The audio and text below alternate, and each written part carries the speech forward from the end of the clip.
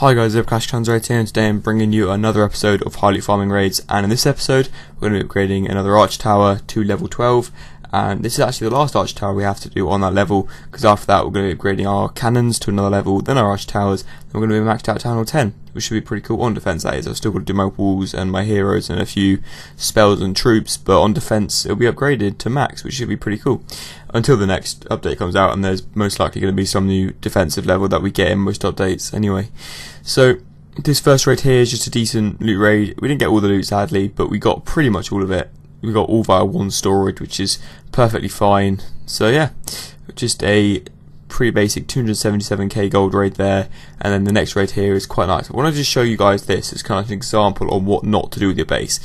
So you see here, his gold storages and his dark elixir storage is all bunched up in the middle there, and especially with someone with a giant healer, it's very easy just to power your way through to the centre, and then send some high damage troops in like healers and wizards, and just take out all the loot. So you can see here, my giants have gone into the centre, now my queen's in there, I've just got all the loot, which is almost guaranteed. So just a tip to you guys, always spread out your gold and elixir storages as much as you can. Keep your dark elixir in the middle, and then spread out your gold and elixir storages around the kind of inside of the base, but don't have them on the core, because the core should be saved for your high damage dealers, and then have your storage on the outside of that, and then obviously whatever base design you're using, just make sure that your storages aren't using on the core, because that will make it very easy to steal if you're using giant healer.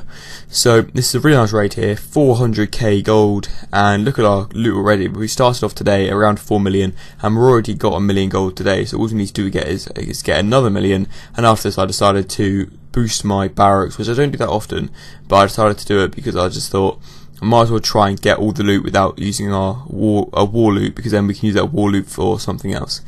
So yeah, just going in with this base. His air defense was really bunched together, which made it hard for my healers to stay alive for a bit, but sadly they went down. But we still got into the core quite easily, and we're just going to go for a 3-star pretty much here, because there's some lovely loot in those collectors, but there's not any loot. I don't think there's any loot anyway in the storages. No, I don't think there is any. So we're just, actually there is a little bit I think, but we're just trying to get all those collectors, and using giant healer it's very hard just to pick off the collectors. So with giant healer it's good to just get a 3-star. I think is the best way to say it. And with an inactive Town Hall 9, Tower 10, whatever it is, you could pretty much get a 3-star, because their exploits will be down, their Inferno Towers will be down, they won't have the Clan Castle troops, their traps won't be armed, etc, etc. It just makes it a lot easier for a 3-star, which is why you can pretty much 3-star a maxed out Town Hall 10 if their Inferno Towers and their exploits and the traps all down, they've got no Clan Castle troops. It just makes it a lot easier to get a 3-star. So I decided to use as many spells as I wanted here, which I actually used all my spells, which is because there's so much loot here. If there wasn't so much loot, I wouldn't have used all my spells, but I decided to use them all.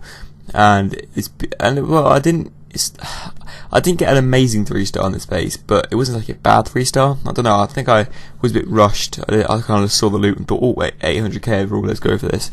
Just go full steam ahead. I didn't really think about it massively before I went on the raid.